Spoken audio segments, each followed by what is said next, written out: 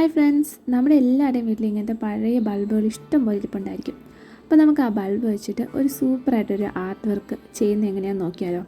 അപ്പോൾ ആദ്യമായിട്ട് ആ ബൾബ് എടുക്കുക. അത് കഴിഞ്ഞിട്ട് അതിൽ ബ്ലാക്ക് കളർ അക്രിലിക് പെയിൻറ്റ് ഫുള്ളായിട്ട് പെയിൻറ്റ് അടിച്ചു കൊടുക്കുക. നമ്മൾ ഈ വീഡിയോ കാണുന്നതൊക്കെ തന്നെ ഫുൾ കവർ ചെയ്ത് നല്ല രീതിയിൽ അടിച്ച് ഫുൾ ആയിട്ട് സ്പേസ് ഒന്നും ഇല്ലാതെ ഒന്ന് ടച്ച് ചെയ്ത് അടിച്ച് കൊടുക്കുക. അതിനുശേഷം അത് ഉണങ്ങാൻ വെക്കണേ. ഏകദേശം ഒരു 20 മിനിറ്റ് അരമണിക്കൂറൊക്കെ വെച്ചാൽ മതി. അത് കഴിയുമ്പോഴത്തേനും നമുക്കത് ഫുൾ നല്ല രീതിയിൽ ഉണങ്ങി കിട്ടും. എൻ്റെ ബൾബ് അങ്ങ് ഫുള്ളായിട്ട് ഉണങ്ങിയില്ലായിരുന്നു, പക്ഷേ എനിക്ക് ചെയ്യാനുള്ള ഒരു ആഗ്രഹം കാരണം ഞാൻ പെട്ടെന്ന് അതങ്ങെടുത്ത് ചെയ്തു. അപ്പോൾ ഈ കാണുന്ന കണക്ക് തന്നെ ഒരു ലൈറ്റ് ബ്രൗൺ കളർ ഷെയ്ഡുള്ള അക്രിലിക് പെയിൻറ്റ് എടുക്കുക. അത് കഴിഞ്ഞിട്ട് ഒരു ലീഫിൻ്റെ ഷേപ്പിൽ ഈ ബൾബ് ഫുള്ളായിട്ട് ഇത് ചെയ്ത് കൊടുക്കണം.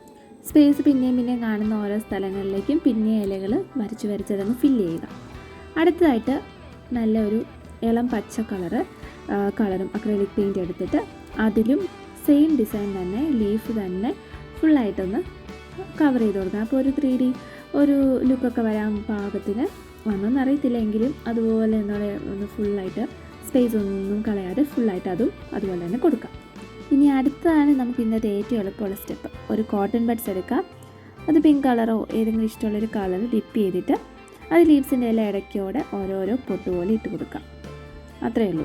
ഇതാണ് നമ്മുടെ ഫ്ലവർ. നമ്മുടെ ബൾബിനെ അങ്ങ് തിരിച്ചും മറിച്ചും തിരിച്ചും ഇങ്ങനെ നോക്കുക. അപ്പം എവിടെയൊക്കെ സ്പേസ് ഉണ്ടോ അവിടെ എല്ലാം ഫില്ല് ചെയ്യുന്ന രീതിയിൽ ഈ കോട്ടൺ ബഡിൽ കളർ മുക്കുക, ഫുള്ളായിട്ട് കവർ ചെയ്ത് ഇങ്ങനെ നോക്കുക. അപ്പം ഞാൻ ഇതിനകത്ത് നോക്കുമായിരുന്നു ഇനി എവിടെയെങ്കിലും സ്പേസ് ഉണ്ടെന്ന്. അപ്പോൾ നോക്കുമ്പോൾ താഴെയൊന്നും ഫില്ലായിട്ടില്ല.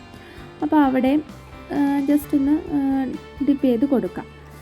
ഇനിയിപ്പം ഈ ഫ്ലവേഴ്സിനെ എല്ലാം ഒന്നോടെ ഒന്ന് ഭംഗിയാക്കാൻ വേണ്ടി നമുക്ക് ഇപ്പോൾ അത് ഉണങ്ങിയിട്ടില്ല, ഉണങ്ങുന്നതിന് മുന്നേ തന്നെ ഒരു ചെറിയ ബ്രഷ് എടുത്തിട്ട് ജസ്റ്റ് അതൊന്നൊന്ന് വട്ടം കറക്കി വിടുക. അപ്പോൾ ഒരു ചെറിയ റോസാപ്പൂവൊക്കെ പോലെ തോന്നും.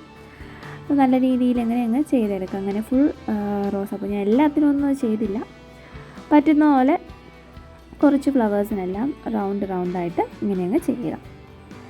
ഇങ്ങനെ റൗണ്ട് ചെയ്യാൻ വേണ്ടി നമുക്ക് പോയിൻറ്റ് ബ്രഷ് എടുക്കാം.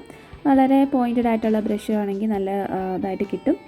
അല്ല പോയിൻറ്റ് ബ്രഷ് ഇല്ല, അല്ലെങ്കിൽ നമുക്ക് എന്തെങ്കിലും ഒരു ടിപ്പിന് ഇച്ചിരി ഷാർപ്പായിട്ടിരിക്കുന്ന എന്ത് സാധനം വെച്ചാണെങ്കിലും ചെറുതായിട്ട് ഇങ്ങനെ ഒന്ന് റൊട്ടേറ്റ് ചെയ്ത് കഴിഞ്ഞാൽ നമുക്കൊരു റോസാപ്പൂവിൻ്റെ ഒരു ലുക്കിലുള്ള ഒരു ഇത് കിട്ടും.